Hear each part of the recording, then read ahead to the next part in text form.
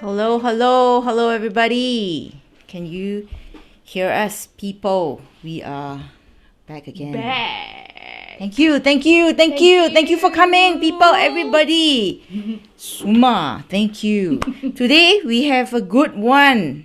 And then it's one of the last speakers in the lineup. Yeah, It's actually the last the one. last one. The last ah? of the series. The last of the series. Wow, wow, Saving wow, good wow, for wow. the last. That's awesome. So in case you all don't know, if you all don't know, there is nothing much I can do for you. But again, my Don't know name. what? Don't know my name lah. Oh, okay. My nama lah. My name. Okay. Yes. Yet again, you are? Spang Lei. Okay. Lei. Spang Lei. No, Like that. don't Don't confuse them. Don't ah. confuse them. Okay lah. Okay. Yes. Okay. So thank you so much. Today we want to introduce. Thanks for coming in live. YouTube. Holler out. Hello to people on Facebook. Yeah, Hello Facebook. to people on YouTube. Yeah, thank you so much for joining us. It's a Saturday. It's a nice, lazy Saturday. But instead, you all are here to join us. We are going to hear about, what our guest speaker has for us today. Yep. Really awesome today. Yep. Today it's my privilege to introduce Yue Ru. Yue Ru. A dancer from Frontier Dance Land. Yeah, she is. I first saw her works at a site specific work. 2019. Correct me if I'm wrong. It was in July, and Okay. it was a site specific work at a rooftop. So Wow. quite exciting, and that was one of the reasons I told Lei about these dancers in Singapore. That's like coming and doing different things, because Okay. usually people have a lot of ideas on what dance is, how to present dance, how to present this particular this really older art form, like very established already. But someone like Yue Ru, she's doing actually more dance, and she dabbles in other art forms, which is film as well. She has sculptural films, and which I'm actually very impressed what she shared with us. And I thought that was one way that she can later tell us on how why she's inspired lah. Not just with the body, but also present it in a digital format lah. Exactly. Another way. So right now, I want to introduce. The time is short because Yue Ru, thanks so much for coming. Holler and all that. Hello. Hello Yue Ru. Hello, Everybody's Yue like Ru. give a wave, an emoji to Yeah. Yue Ru, people. Yeah. Thanks so much. Yeah, people So say hello to so I want to say thank you so much, because I know you have to fly off at 3 sharp for a class. Yes. And then you came from an improv session, a rehearsal session. So she's like, don't worry guys, I'm sorting you all in. And we're like, okay, thanks so much. Thanks so Moving much. things around for us. So thanks so much, people. Okay. Let us not waste time. We are going to hand this time over to Yue Ru, who's Yes. going to speak about, very importantly, bodies in space, I would say, And time. time particular. Very interesting. 3D and 4D last Yeah. time. Yes. Okay, so Yue Ru, take it away. Thanks so much. Okay, so I'm going to share the screen so while Yue Ru can talk about. Hi everyone, my name is Yue Ru. I'm a contemporary dance artist and I'm currently full-time at Frontier Dance Land. And yeah, I'm really happy to be here with all of you today, sharing about the different works that I have made and the theme of time within these works. So I was actually quite excited when Span Lee also reached out to me, because I heard that it was an interdisciplinary kind of initiative. Yep. And I think that's like one of the more exciting paths that we're all about to go through, especially with all of this happening in 2020. Like a lot of the artists actually turn to film. And we're also all trying to figure out all the new ways that we can see our own art forms, right? So the theme today is temporality. And, this is not a literature class, but anyway, I Googled what's the difference between time and temporality. And pretty much for time, it's really an objective measurement of time, right? It's objective, it's like how many 5 minutes, 1 hour, whatever. And for temporality is really the subjective experience of time. So I suppose that's kind of the distinction between those two terms, but I also don't want to really get caught up in the definitions of the words today. So I'll be using them quite interchangeably. Yeah, so yes, thank you for changing the slides for me. we read you. Yes. Just let us know. Just let us know. Yeah. Don't worry. Telepathy, We yes. can choreograph this on live. Performance, live show. Yes, exactly. Yeah, so as all of us probably know, dance is not dance without music, right? and we fundamentally have like a very strong connection with the rhythm, the tempo, the kind of emotions and drive that the music gives us in dance. So, like I wrote in the slides, it's really the heartbeat of movement, right? And there are many choreographers that have made it, their careers to just choreograph to music, to interpret music with the bodies. So people like Balanchine, they really have carved out this niche in interpreting music. So within dance, I think there are a lot of functions of music, right? It's not just like the tempo, it's not just giving you like a 1, 2, 3, 4. But I think effective choreographers really look at music and time as malleable, right? Like how can you stretch out a music and create that moment of suspension? How can you make a moment more punchy by like suddenly snapping into something else, right? So one of the choreographers that I find does this really well is Hofesh Schechter, if some of you know the choreographer. So I find that he plays with this idea of flux and stillness really well. So there's like always this section where like everyone is dancing together in unity, and there's this like big, like almost like tribal kind of feeling, and then suddenly it like becomes this suspended moment in time, and then you take away either the sound or the movement, and it suddenly becomes this thing that is still. And I think those are really effective ways of playing with time that almost creates a moment of breath, right? And I think you can't really have that moment of breath if you don't create that chaos before that, right? It's like how you run, and it's like how you breathe every single day, right? But you don't actually realize what breath does until you're like running and you suddenly don't have breath, right? And you're like dying and you really need that breath, and you suddenly appreciate what that gives you. So I think it's the same kind of idea for the feeling of like manipulation of music. Like you need all of that chaos to happen. Then suddenly, when you take it away, what effect does that create? And what does that do to the audience experience of the work? Right. So I think that's really powerful in highlighting a moment that you want to really hone in the focus of the audience to say something. Yeah, so you need those pockets of stillness. And next slide, please. Sure. Yes. So within these two works that I'll be sharing excerpts of today, I think actually the theme of time is very prevalent and is something that I think always intersects in any work really that a choreographer does, because it's such a fundamental part of what we do. So in Endless Fragments of Time, which was created in 2019, that Spang and Lace, oh no, just Spang saw, it was actually created in this production called Dancers Locker, where the company artists get to create and choreograph on the company. Because usually our season is that we perform works by other choreographers, but this is the one production that we can really like focus on developing our choreographic skills. So it happened to be my first major work for the company, and we found this site of this rooftop garden at the Singapore Chinese Cultural Centre, which is in the CBD lah. It's in the CBD area, and it was quite magical because it was like this sculptural kind of garden in the middle, and you could see the buildings in the background of the CBD. And I actually didn't start off with the space, but I started off with this idea of what could we do to bodies the way that we if you've ever seen pottery being made on the wheel, it like spins around this way, right? And you like create all these like transformations in the clay as you just like put one finger, and then the whole movement of the whole shape changes. So I was really mesmerized by this idea of like, oh, this just a tiny imprint, just a tiny bit of pressure can create this butterfly effect in the clay. And I thought that was really beautiful and mesmerizing to watch. So I thought, how can we take that idea and create an atmosphere like that in a dance work? So it just so happened we found this rooftop garden, and I thought, oh great, it's like this almost like oasis of calm that we can create within the bustling kind of background of the CBD. And I thought, how can we almost allow the audience to like melt their brains and immerse themselves in this moment, this moment in time? How can we stretch out time so that you almost like forget your own reality for a second. Yeah, so these were some of the ideas that I was really interested in. And yeah, I think we can just head on and watch an excerpt of the work, and then I'll talk a little bit more about it after.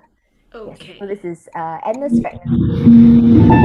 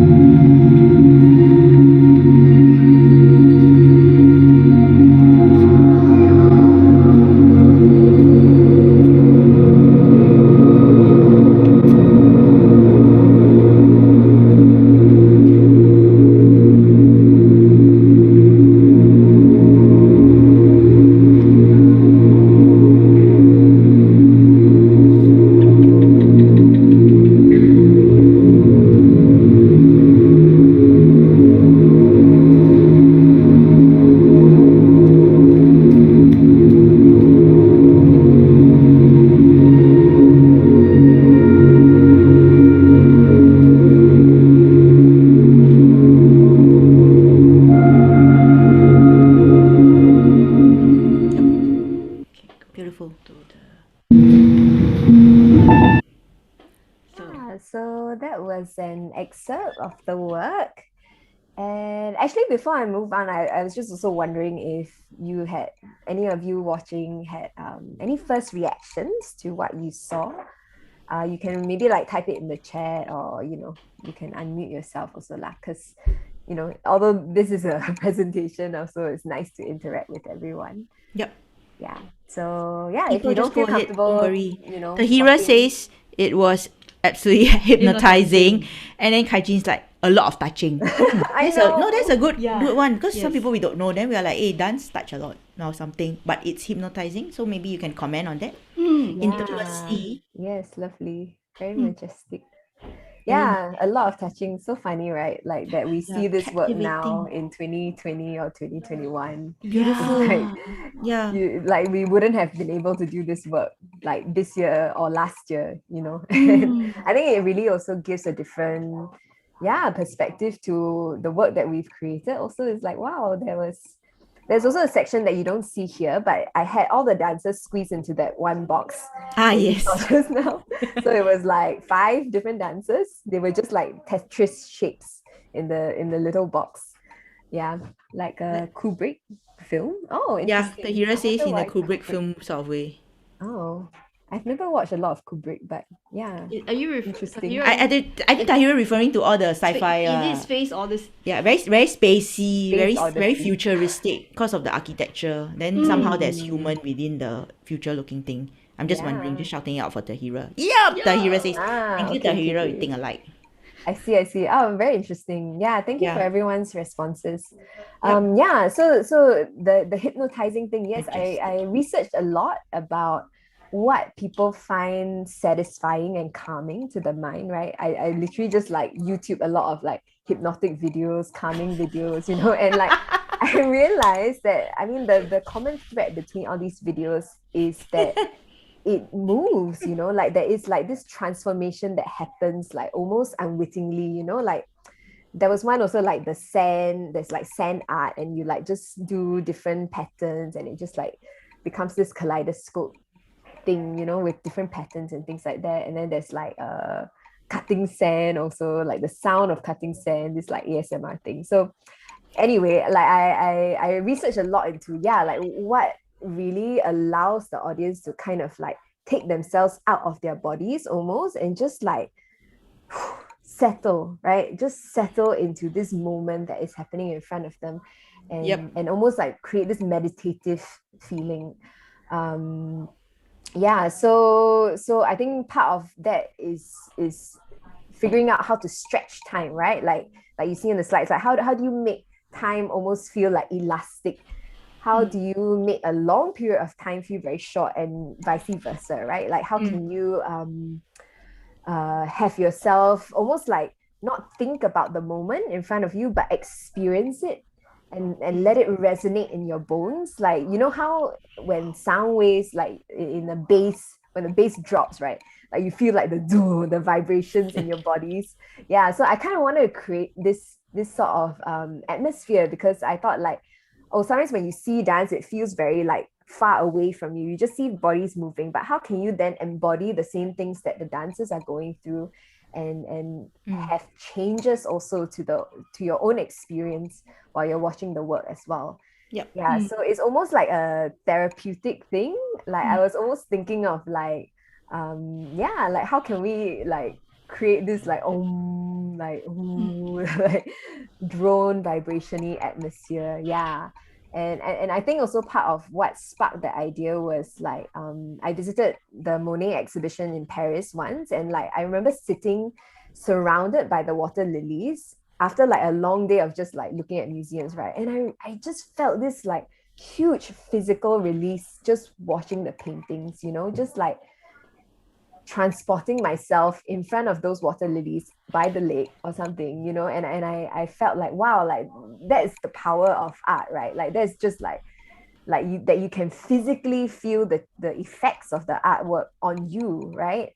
And yeah, so I was very interested, and I still Yep. am continuously finding ways in which that we can include the audience members into this experience, this physical experience. How can you translate what you are feeling to the audience? Yeah, so I think this idea of time is also a huge part of shaping that experience, right? Like things that you can watch for a long time, things that can like seep into you.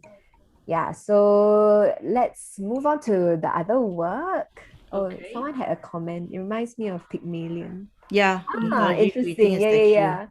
Yeah, so the first part of that, it was really Conrad, the dancer who was covered in clay, like being molded by the artist, which was Kegel. So I almost had this idea of like, yeah, like also when you're molding the clay, you're changing its final form, right? So it's like how we are also affected by our histories, by time, by our social environments, to also like absorb those experiences and change over time. So what are the things that stay with us? What are the you know, things that we have agency over, to actually say that, okay, I've been molded in a certain way, but can I choose to be molded in a different way? So these themes were also part of the work. Yeah. So this other work called Take Pause I created last year when we were in lockdown. So we had all these conversations on how to adapt Dancer's Locker into a digital experience. So we actually reached out to Jeremy Chua, who is a filmic producer, and he kind of gave us a crash course on film, and then we then proceeded to each create a short film. So there were 6 company members, so we created 6 short films each. And this film called Take Pause was really, I think, a reflection of circuit breaker, you know, pretty much. And that feeling of like, when you have so much time, like what do you do with it? What changes in the way that you view time, you know? Like does it really feel like it's like infinity?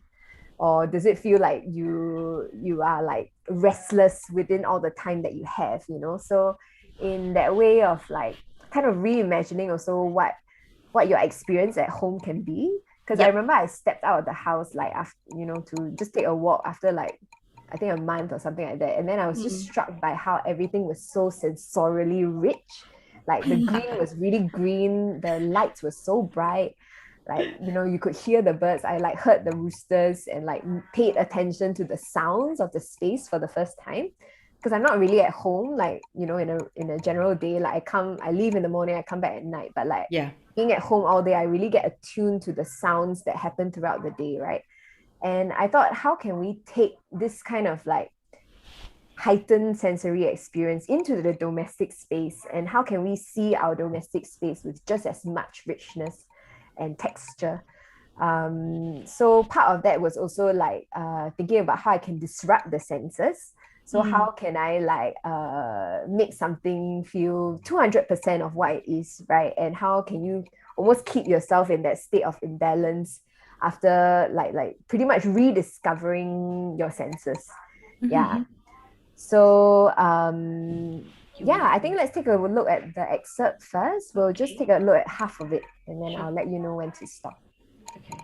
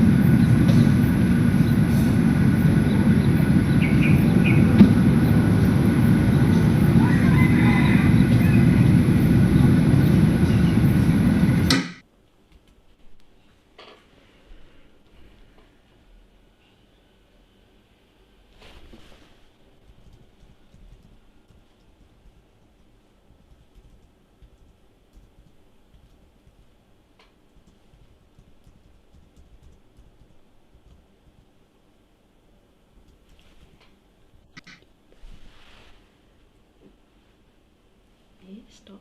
Yeah. It's frozen.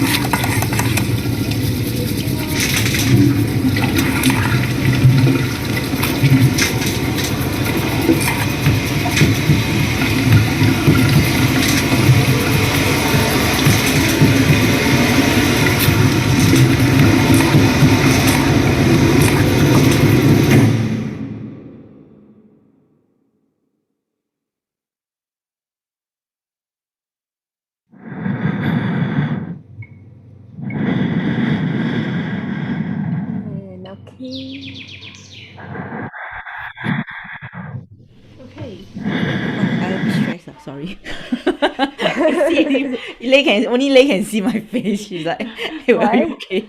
It was what? Yeah, actually, how were your reactions to it? What are your first kind of Yeah. like emotional Stress. or physical I can see reactions to it? The participants' reaction quite obvious. Some of it was like unsettling. I mean, I guess it was the feeling maybe people are looking for. Sound quite unsettling as the sound proceeds further. Although it should be accumulating anxiety within us, yes, absolutely. Cody is like ASMR experience at the Yes, beginning. yes, yes. Tahira is like sensory overload. Then makes me panic a little Little, bit. Then yeah. more when you're watching it. ASMR means don't hug me. I am scared. What is Don't Hug ASMR Me? but Is that a scary, show? scary. Yeah. It is. I think if it's the intention of your video to induce a little bit of like, because my neck now a bit tight. It's Yes, like yeah. interesting how the cuts Yeah. affecting me lah, and the And the sound. sound building And up. then and then creepypasta. What is creepypasta? I don't know. It's good, because it means that it's working for me. Yeah. Actually quite And you very- are not even showing anything wrong per Or se, WRNG scary. or scary. It's just the Yeah. way you edit it with the piak piak sound. The I like. sound Yeah. Yeah, yeah, the sound was a bit the sound interesting. help build up the the tension. tension. Yeah. Were you trying to explore the tension? I want to ask you. Yeah, Maybe for We'll let you sure. explain. Talk about it, Yeah. Yeah, thank you for all your responses. And yeah, I think it's great that y'all had like a visceral and emotional reaction to Yes. it, because I mean that really was the point, right? Like I said in my previous for the previous work, I'm always trying to find how I can like make the audience feel it in their bodies as well, not see Feel it it in just your as bodies. a superficial like thing removed from them, but like how can you make it a visceral experience for the audience, right? So I came upon this idea of like, what if we kind of create an opposite effect of the image and the sound, right? So some sounds are like heightened 200%, like the eating, the drinking, like those very like yum yum, like really like kind of bodily sounds, right? And then some, for example, sorry, I didn't give a trigger warning, but the metal scraping on the plate is like a sound that I really, really hate. And I really, it like gives me like goosebumps and like, a lot of discomfort. And I thought like, yeah, like how do I create images of like that might seem very innocent and like it might seem like, yeah, it's a green plate on a lavender calm looking kind of backdrop, right?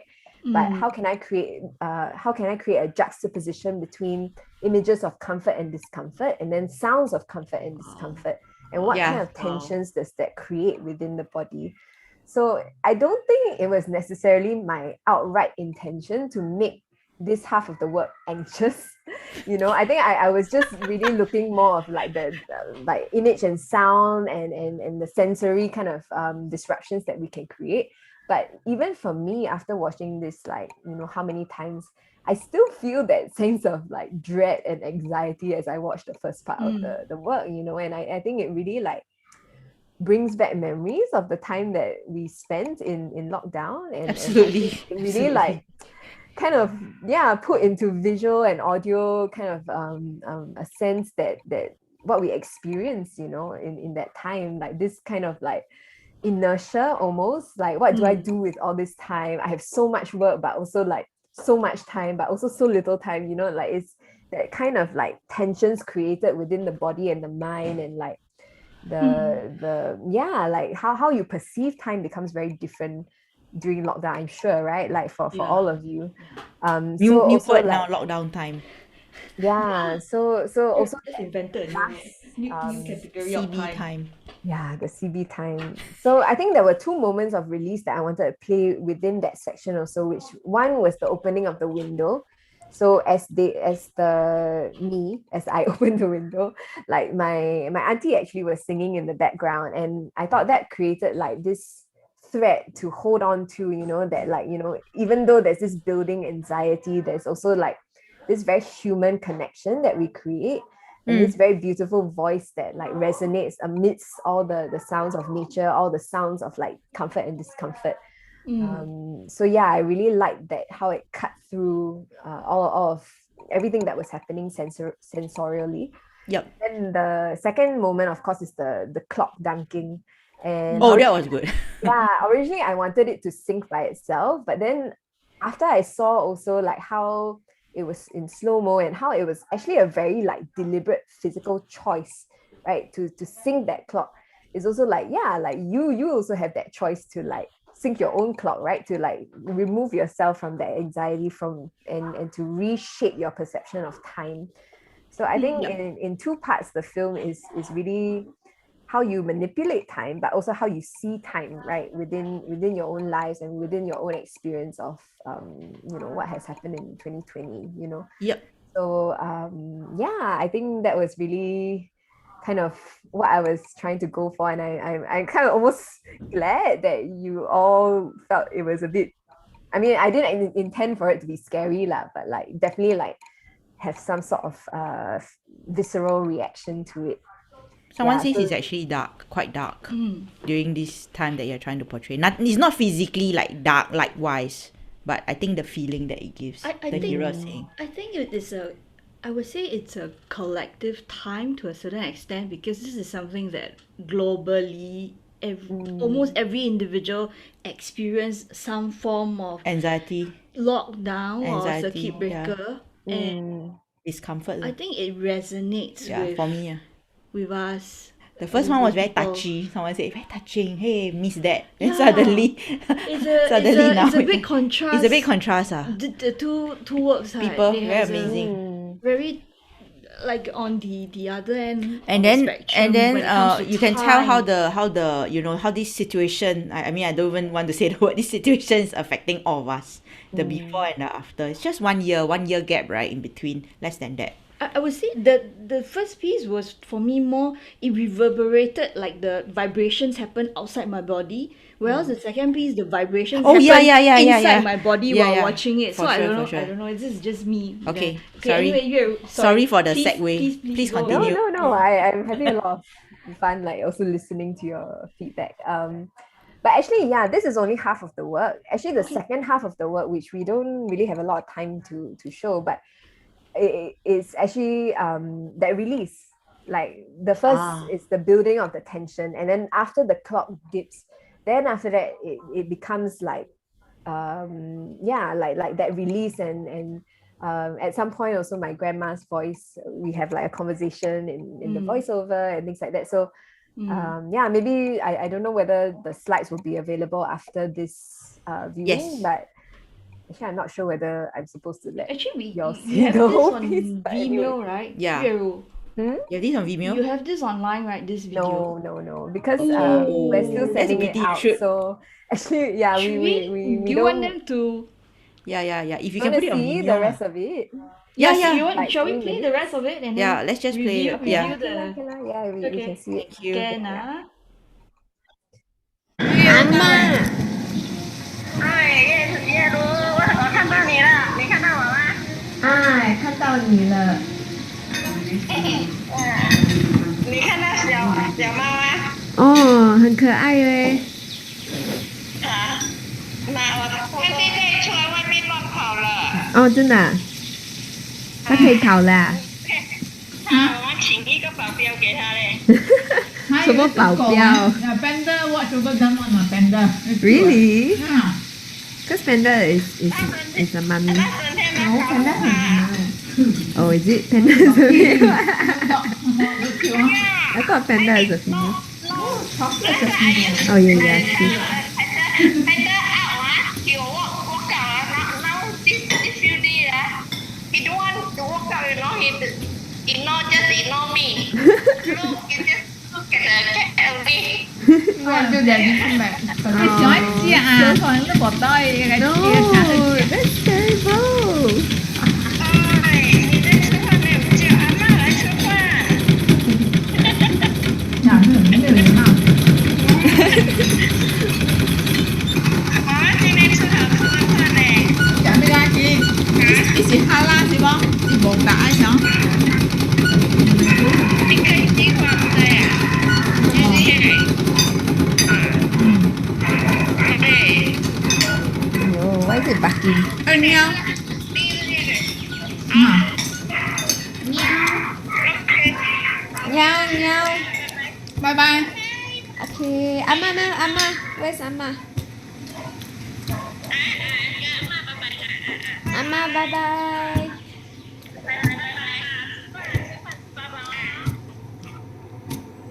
Okay.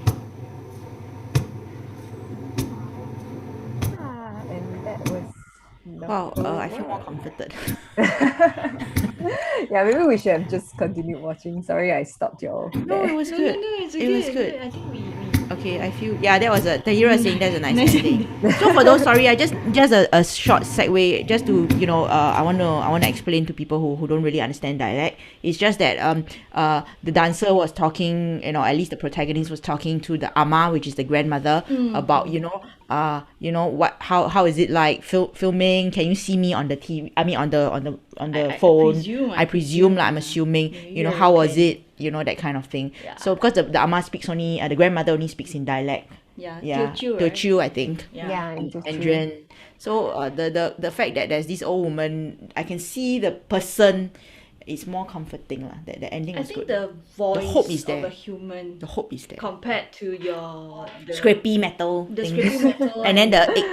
and then you, because that one is more like an internalized sound, whereas when you hear a human voice, then you start to have this connection. Yeah. I mean, it can kind of connect to Almost like a release lah. I can Yeah. hear the grandma's voice. It's almost like a release for yeah. me. Maybe so you maybe we can explain. lah. make me talk about it. Yeah. Yeah. Yeah, I mean, pretty much I was also thinking, what are the things that become present and absent during this time, right? Like what are the things that you notice that are there and not there? And my grandmother happens to be in Malaysia. So I haven't seen her in like over a year. And Yeah. and so I also wanted to kind of include her voice in it, because I think what became really stuck in this time was also that she was not here, Yep. and I think for many of us also during this experience of being at home, you really do start to notice like the things that maybe you haven't noticed before, whether it is in terms of people or things that suddenly take on a new meaning to you when you have this excess of time. Yeah. So yeah, I also wanted to almost like pay homage to her, because it was like the sewing machine, she was always there, and she's always like making the food in the house, and like Yep. because she used to stay with us. Yep. So only in these past few years she has gone to live in Malaysia. Mm. And I thought it was also about like what were the sort of senses of comfort that is missing, that wasn't there when she's not there. And like also the petting, so That was a good- I also wanted to like create that sort of after putting the audience through that first like anxiety inducing beginning, to also then take them back and say like, Yeah. it's okay. Like, yeah, you the can sense also, of hope like, was take that definitely there breath. lah, for sure. Yeah, like you can also like just like take the time as it is, and you can also I guess come to appreciate what this time is also giving us in terms of like realizing what is missing in our lives, or what is there in our lives that we can pay more attention to. Sure. So that Okay. was the work. Move on to Yeah. the next slide. The next one, let me just say. And so everything that I talked about over Yeah, everything Yeah. they talked about. Yeah. and also I think it is that when I said previously also about creating that chaos then into that stillness, I think it then gives on a heavier sense, a heavier weight Absolutely, to the stillness and the quiet, Yeah. that then can be appreciated by the audience even more. Yep. So I'll just quickly talk about Yeah. creating interdisciplinary work. Sure, 'cause sure, I think it's almost time for Q&A, but I think these two works also are examples of works that I've made thinking about different art forms. So in the first one, thinking about pottery, and then the second one, working with film. So I think I've always been interested in interdisciplinary work, even when I was a teenager, like creating works then. I think almost all my works have been not just dance, but also including elements either with a collaborator or including elements from different art forms. So it is definitely a area of interest that I think that can be explored even more within our community, because I feel that like there's just so much knowledge and like amazing transformations that you can create through collaboration, through learning how different artists approach their process, and how they have this whole wealth of like a history and structure in how they create work in different art forms that we can learn so much from. So I think the thing to always be conscious of is whether you are actually respecting the other form that you have chosen to include, right? So like people use different terms, like is it interdisciplinary, is it intradisciplinary, is it multidisciplinary, like but regardless of what those terms are, I think is really that, how deep are you going into that different art form? Are you just like superficially absorbing it, or are you trying to bring in the knowledge that the other artist has? Are you trying to find what can come out from this melding of the two forms, or are you just kind of like layering it together? Neither is good or bad, neither is right or wrong. Like different people have different processes. Like for example, the clay one, actually I didn't manage to collaborate with a ceramic artist. I wanted to, but nobody had the time, and we had like quite a short runway to the show. So I ended up doing a lot of it on my own, like building the pot and things like that. I had to learn a lot of those things on my own. But for the film one, we managed to do a little bit more of a collaborative process and work with Jeremy to really kind of like develop it in a filmic way rather than the way that we always see choreography. So it's also relooking, what dance and choreography is, right? Like you might say that this film is not a dance film because there was not so much dance in it. But for us, it was really how can we like reimagine how our processes can be, and how this can also be choreography, right? The choreography of images, the choreography of the movements of even inanimate objects. I think that in itself is also a form of dance, right? So it's really also relooking our own art form in that sense, and like seeing how we can push the boundaries of what we're comfortable with. So collaboration is always a exchange of knowledge, and you exchange that knowledge to then transcend what you already know. So I think also like don't ever be afraid of like thinking, oh, okay, it's like out of my comfort zone, and like I don't want to go there. But it's really like taking that first step to say that this is going to be totally different from what I am used to, and that is great, and that is, I think, what we should always strive for, because then you are really creating work that is pushing something, is exciting, and that we can really like do so much with the information that is available out there, right?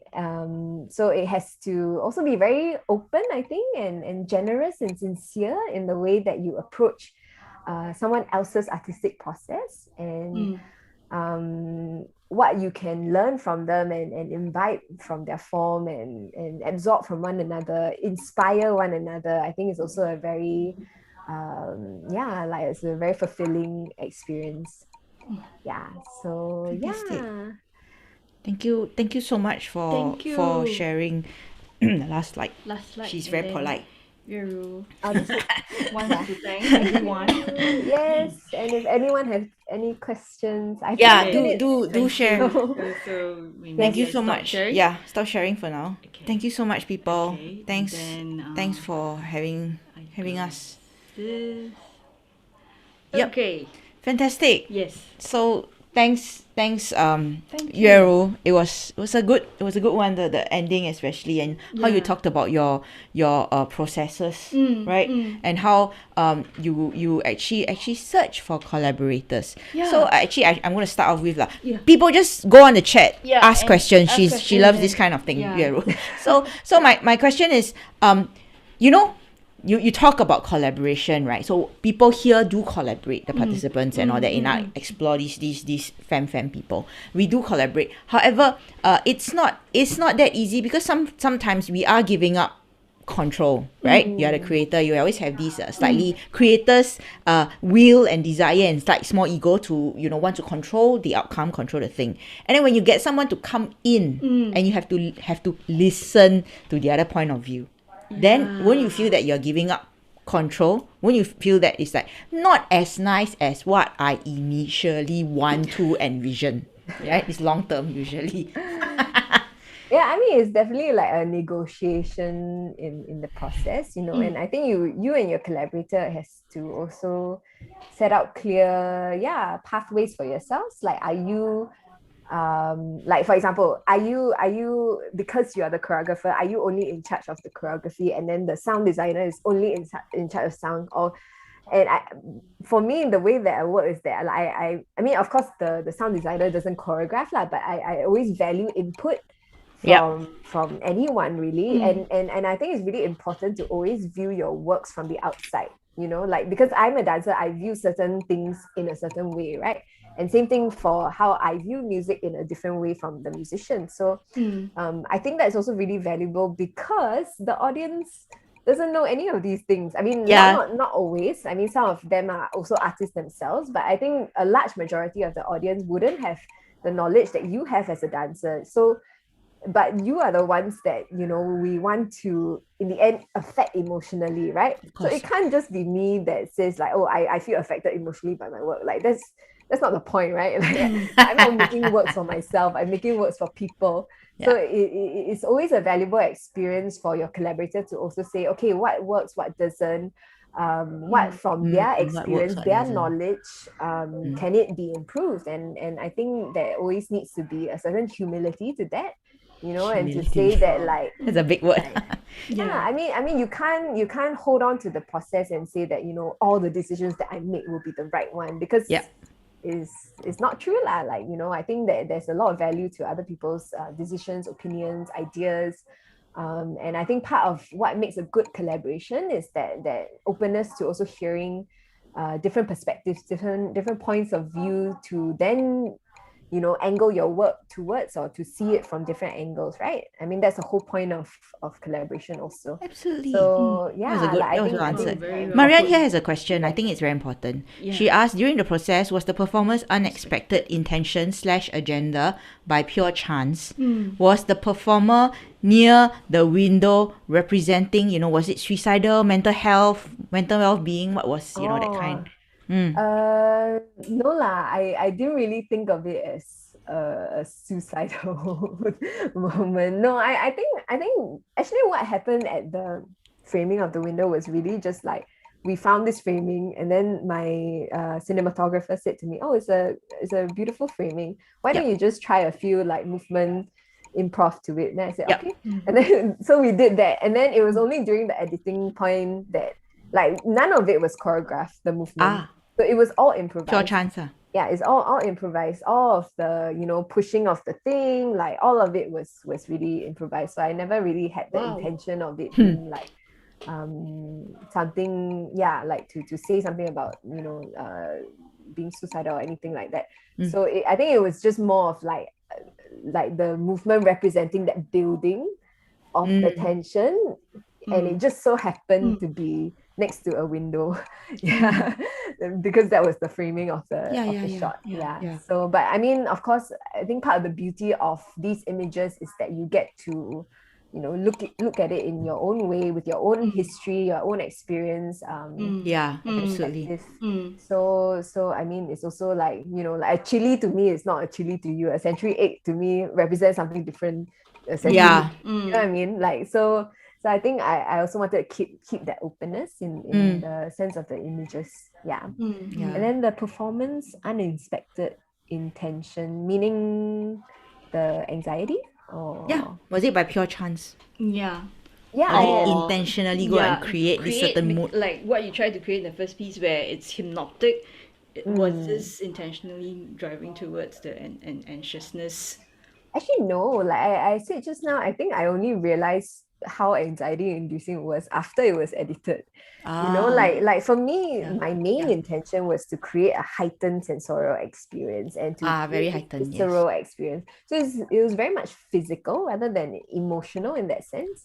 And I think the emotional layer of it just came from the pure rearrangement of the images, right? And I think that's also when you're whenever as a choreographer I then look at my works after that, I think there are a lot of things that are instinctive that then come out in certain ways that you find unexpected as well, like even if I didn't intend it in that way, certain things I think happen subconsciously almost, and because the choreography is always an extension of your own thought process, whether subconscious or conscious. So like it maybe wasn't super intentional, but maybe subconsciously it was. Do you know what I mean? Absolutely. I mean, well, time is up, but I still have, try to squeeze in one last question for the benefit of everyone. Yeah. I'm greedy this way.